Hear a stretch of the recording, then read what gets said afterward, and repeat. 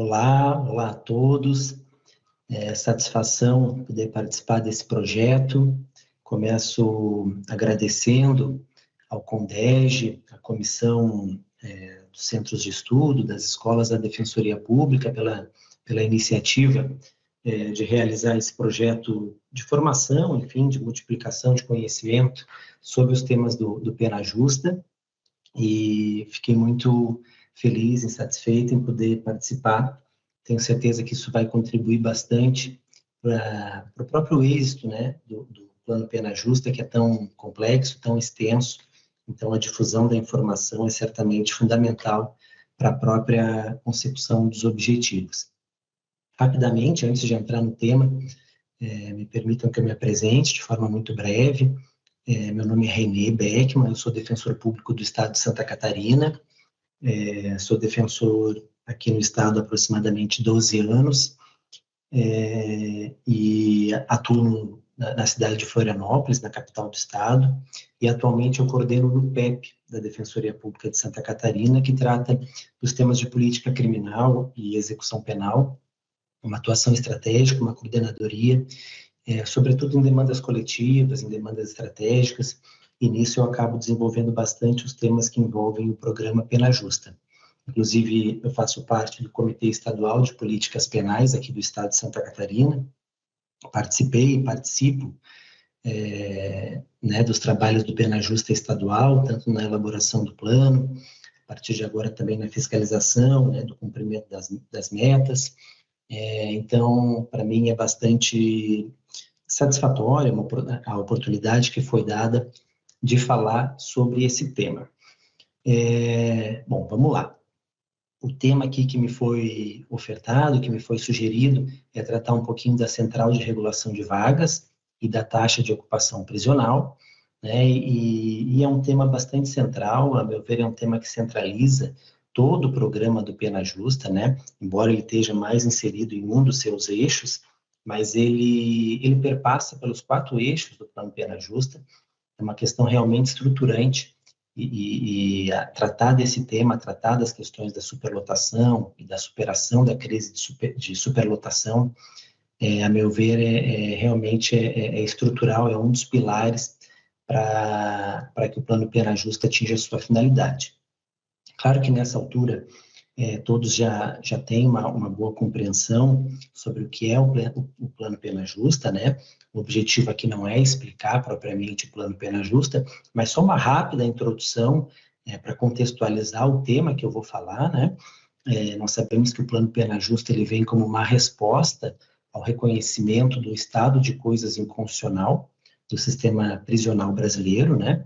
Foi movida uma DPF, a DPF 347, no Supremo Tribunal Federal, em que já lá em 2015 se reconheceu que o Brasil vive um estado de coisas inconstitucional no sistema prisional. Que significa dizer, assim, um grande resumo, né, que o sistema prisional como um todo viola a Constituição, né? Não há mais como se separar, se individualizar violações pontuais, né? A compreensão firmada nessa DPF é de que o conjunto da obra viola a Constituição Federal como um todo, e por isso é um estado de coisas inconstitucional, uma realidade inconstitucional. Nisso foram determinadas diversas medidas nessa DPF, primeiro nas medidas cautelares, realização de audiências de custódia, liberação de recursos, enfim, uma série de medidas ao longo da ação, mas ao final dela houve a determinação da construção, da elaboração de um plano de superação desse estado de coisas inconstitucional, um plano de superação dessa crise. E esse plano é o Plano Pena Justa, né? A resposta que o Estado brasileiro produz, né, deve produzir para superar esse estado de coisas inconstitucional. E o interessante, né, do Plano Pena Justa é que ele conclama, na verdade, todo o Estado, né, o Estado na sua concepção mais ampla, tanto Poder Judiciário, Poder Legislativo, Poder Executivo, as instituições, né, as funções essenciais da Justiça, a própria OAB, a sociedade civil, né, as entidades ligadas aos direitos humanos, sobretudo em temas prisionais, conclama todo mundo para entrarem num estado de cooperação, digamos assim, para construir uma saída para essa crise. Isso é o Plano Pena Justa. Claro que, embora seja um plano de cooperação, ela é uma cooperação obrigatória, digamos assim, né? Porque veio a partir de uma decisão do Supremo Tribunal Federal, um caráter vinculante. E mais do que isso, né? Mais do que uma obrigatoriedade, é uma grande oportunidade. Eu costumo dizer por aqui que o Plano Pena Justa, ele não abriu uma fresta, né? Ele abriu uma janela para que a Defensoria Pública consiga trabalhar tantos temas que, historicamente, a Defensoria Pública já aponta, já trabalha, já anuncia violações, já busca ali a defesa do seu assistido, da sua assistida, né? Anunciando e reclamando, enfim, batalhando contra essas violações. E agora o Plano Pena Justa, ele abriu o tema de forma ampla para que a gente consiga inserir, né, todas aquelas nossas demandas que pontualmente a gente já vem trabalhando, consiga inserir num plano de superação efetivamente. Esse é o Plano Pena Justa, né? Fazendo assim um apanhado bem geral. Dentre, né, o Plano Pena Justa, para que a gente consiga fazer um plano de superação da crise, a primeira coisa é identificar quais são os pontos em que há crise, né? O que se chama da fase do diagnóstico, né? O diagnóstico do estado atual do sistema prisional. E agora, no ponto, né, específico da Central de Regulação de Vagas, da taxa de ocupação prisional, o ponto central desse diagnóstico é a superlotação carcerária, né? Ele é um problema crônico, massivo, né, persistente de violação de direitos. Nós vivemos um sistema prisional superlotado. O próprio ministro relator do Supremo Tribunal Federal, à época, o ministro Marco Aurélio, quando do ajuizamento da ação, das primeiras decisões, chegou a mencionar que a superlotação carcerária constitui a origem de todos os problemas, né, existentes no sistema prisional. É claro que, né, uma fala aberta, assim, né, mas que a gente consegue entender o que quer dizer, porque realmente a superlotação carcerária, ela põe em risco todo o programa de execução penal. Nós sabemos que o Plano Pena Justa, ele foi articulado em 4 eixos, né? Eu estou aqui com eles apontados, só para não cometer, né, algum equívoco aqui nos nomes, né? O eixo 1, que é o controle de entrada de vagas, controle de entrada e vagas. O eixo 2, a qualidade da ambiência dos serviços. O eixo 3, os processos de saída e reintegração. E o eixo 4, políticas de não repetição da crise. A gente consegue perceber que a superlotação carcerária, ela se encontra em todos esses eixos, né? É claro que ela vem mais tratada no eixo 1, que fala da necessidade de a gente controlar a entrada e controlar as vagas do sistema prisional, e é ali que as metas envolvendo a Central de Regulação de Vagas se encontram, mas também ele diz muito respeito à questão da qualidade dessas vagas, a qualidade, a ambiência e os serviços do sistema prisional, que seria o eixo 2. Não há como se ter um serviço prisional adequado, né, um ambiente prisional adequado num estado de superlotação. Também envolve o eixo 3, né, já que a Central de Vagas, uma vez criada, certamente ela regulará a saída, né, o processo de saída, eventualmente antecipada, de pessoas do sistema prisional, então também envolve o eixo 3, e o eixo 4 também, que são as políticas de não repetição, né? De nada adianta a gente adotar medidas pontuais que superem a superlotação neste momento e pouco depois o sistema prisional novamente se tornar superlotado. Por isso a gente precisa de medidas realmente estruturais. Então, nisso se pode perceber que a questão da superlotação prisional, ela envolve todo o programa Pena Justa. Nesse diagnóstico que foi feito, né, do estado atual do sistema prisional, os dados são bastante alarmantes. Eu trouxe aqui, separei, para a gente poder pincelar alguns, né? Os dados que eu vou falar, eles estão todos disponíveis né, na rede mundial, né, na internet. São dados do Observa Direitos Humanos, do Ministério de Direitos Humanos e Cidadania, e que foram produzidos em 2024, agosto de 2024, e trazem um dado bastante alarmante, que entre 2002 e 2023, ou seja, num período de 20 anos apenas, a população carcerária cresceu 3,5 vezes, ou seja, mais do que triplicou o número de pessoas presas no Brasil em apenas 20 anos.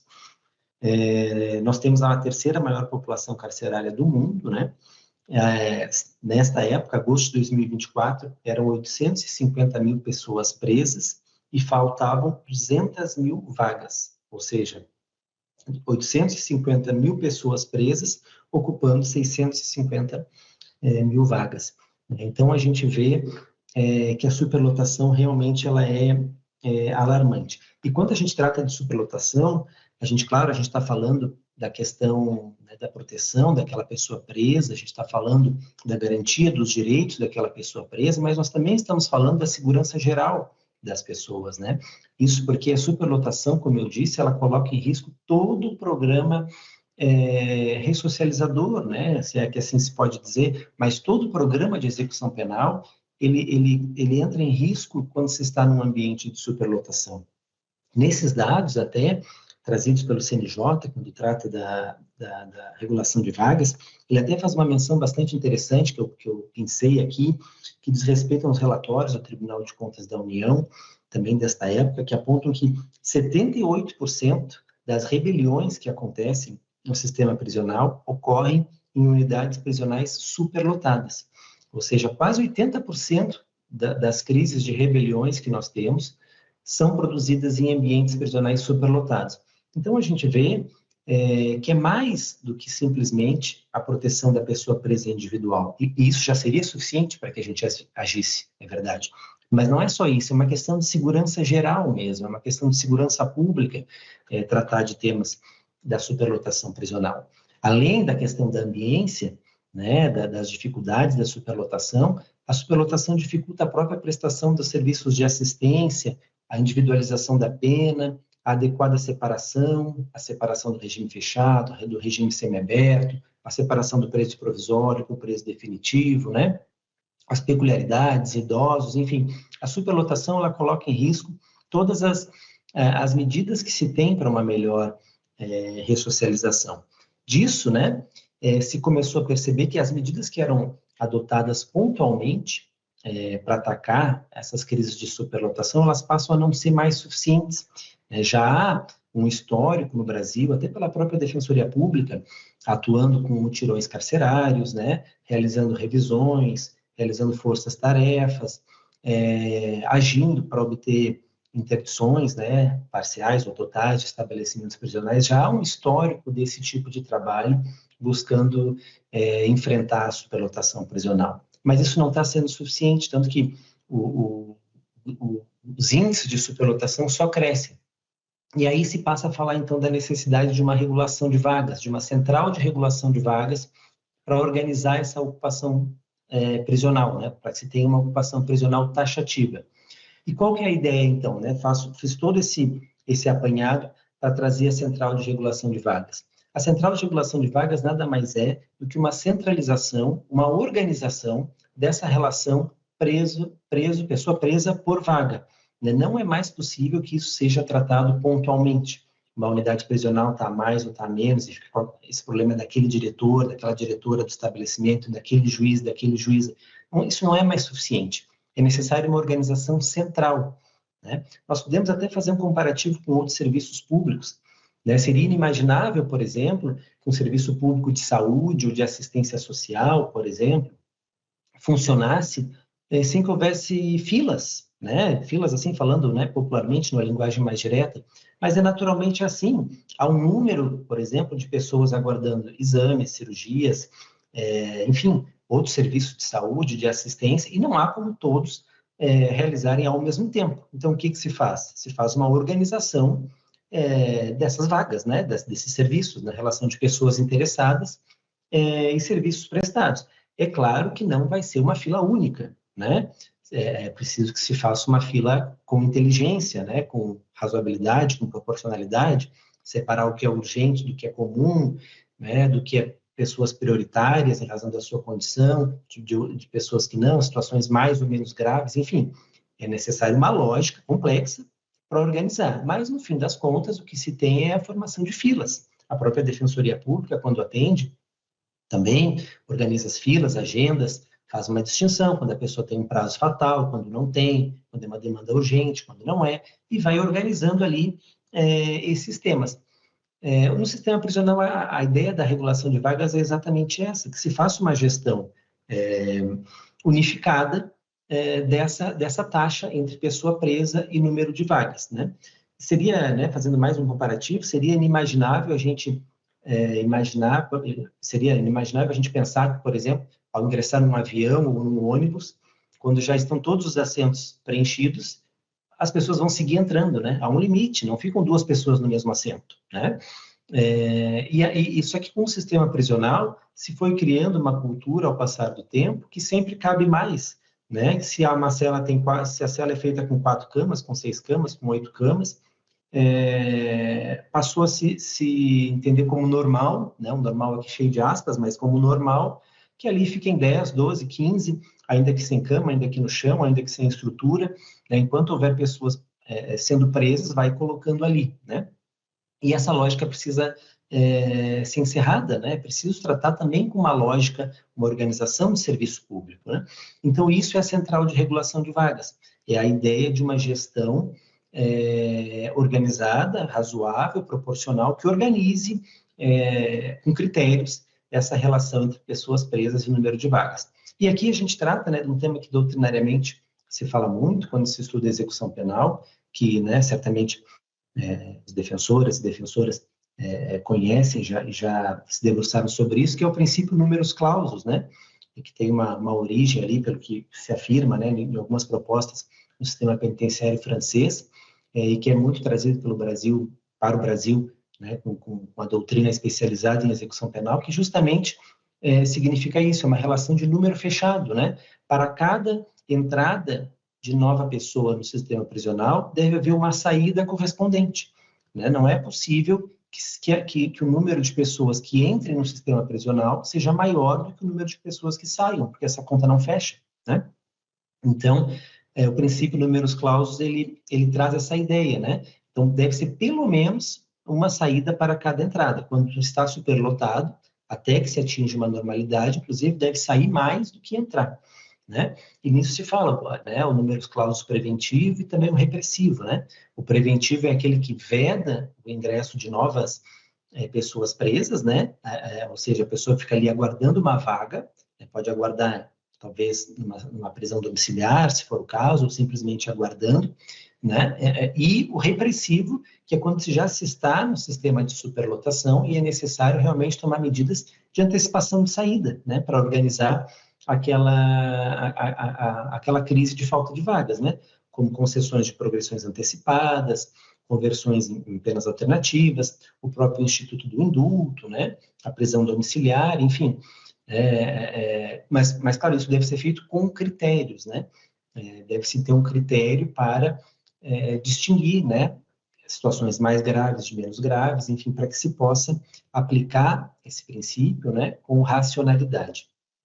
E como eu disse, embora isso tenha uma origem até, né, no direito comparado, no Brasil nós temos bases constitucionais, bases legais que já dão suporte a esse mecanismo. Não é necessária uma inovação legislativa para que isso passe a ser aplicado, né? Na própria Constituição Federal, a gente pode trazer o fundamento da dignidade da pessoa humana, né? O fundamento da República, né? Certamente sistemas prisionais, estabelecimentos prisionais superlotados não estão de acordo com esse fundamento da centralidade da pessoa, os próprios direitos fundamentais da integridade física e moral, a manutenção da integridade física e moral da pessoa presa, que também tem escopo constitucional, a vedação de penas cruéis e degradantes também se relaciona, a vedação da tortura, né? São todos direitos e garantias fundamentais que já nos servem de âncora, de base, para que a gente aplique essa lógica, né, do numerus clausus e a necessidade da Central de Regulação de Vagas no Brasil. Isso sem falar, né, poderia falar aqui, mas né, o tempo é curto, poderia falar de instrumentos internacionais, as próprias regras de Mandela, né, os princípios e boas práticas da Corte Interamericana de Direitos Humanos, né, para a proteção das pessoas privadas de liberdade nas Américas, enfim, há diversos instrumentos que já nos fazem perceber que nós temos base normativa para isso, né? Não é necessário uma inovação para que a gente aplique isso, né?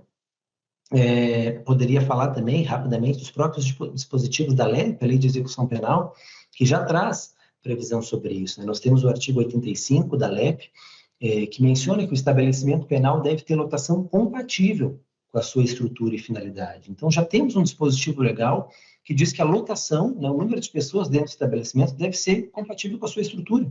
Parece lógico, né? Parece óbvio isso, mas a superlotação prisional nos faz perceber que isso não é aplicado, né? Nós temos pessoas presas em número superior ao compatível com a estrutura, né? O próprio artigo 185 da LEP também, seguindo, menciona que há excesso ou desvio de execução penal, né, sempre que algum ato for praticado além dos limites da sentença ou das normas. Então, ou seja, se a pessoa está sendo presa num estabelecimento que tem uma dosagem de pessoas a mais do que o sistema prisional oferece, é certo que está tendo um desvio, um excesso de execução.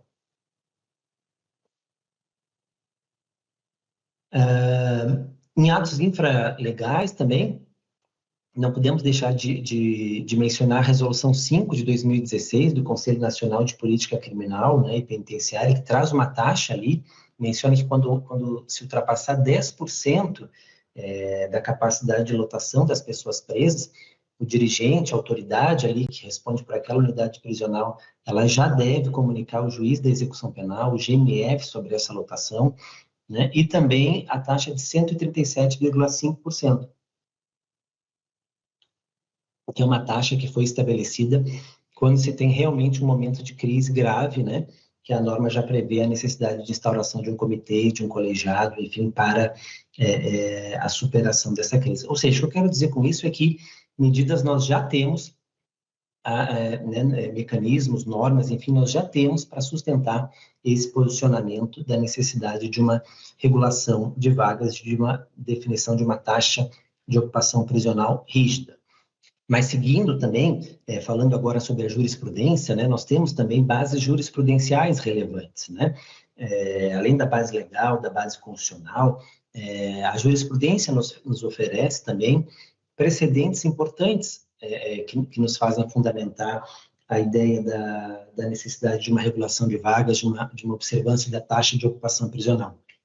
Além da própria DPF 347, aqui já citada, tem a própria súmula vinculante 56 do STF, que trata da questão de quando falta vaga num estabelecimento adequado àquela situação, não é possível que a pessoa aguarde num estabelecimento mais rigoroso. Já prevê medidas de saídas antecipadas, de prisão domiciliar, de medidas substitutivas, né? Medidas que são já estabelecidas para a superação dessa crise.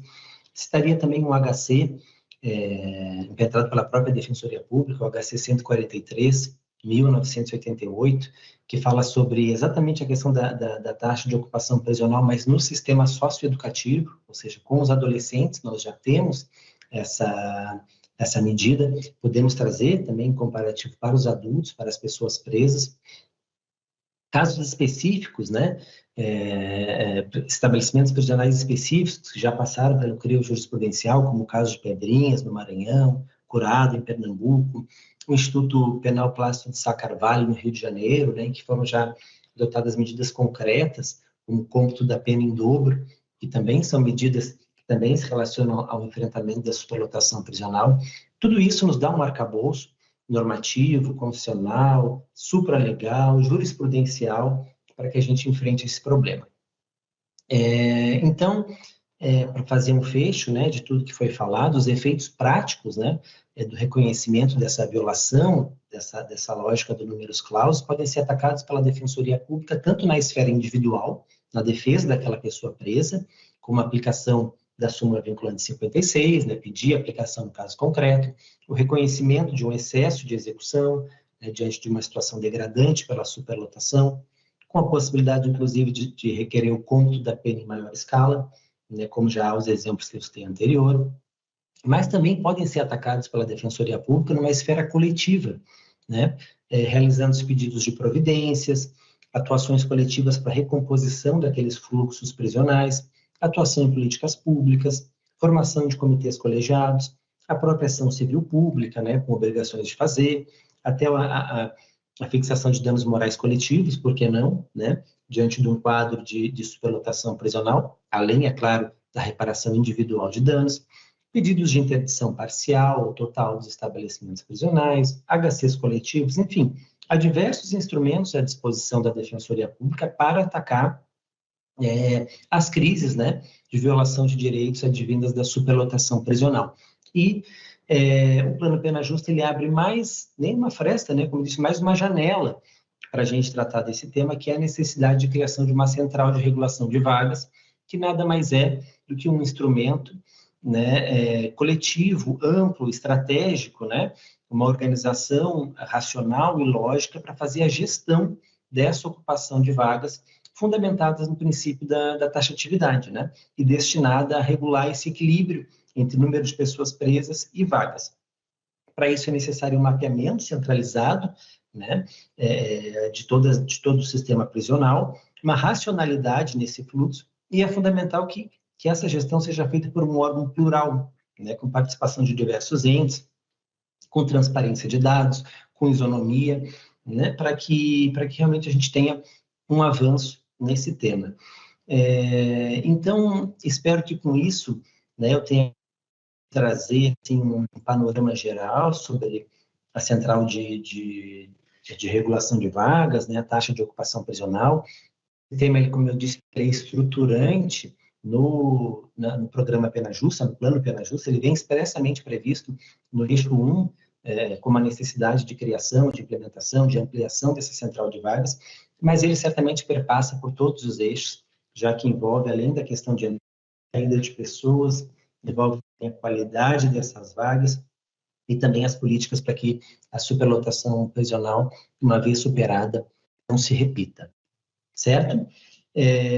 Espero ter contribuído, né, com esse curso, agradeço mais uma vez o CONDEF, as comissões do CONDEF pelo convite, estou à disposição sempre, caso alguém queira trocar mais informações, conversar mais sobre o tema, né, pode me procurar pelos canais da própria Defensoria Pública, que certamente vão me encontrar, para que a gente possa construir realmente mecanismos para saída, né, uma saída racional e sustentável desse estado de coisas inconstitucional, dessa crise sistêmica e massiva de direitos que é o sistema prisional brasileiro. Muito obrigado.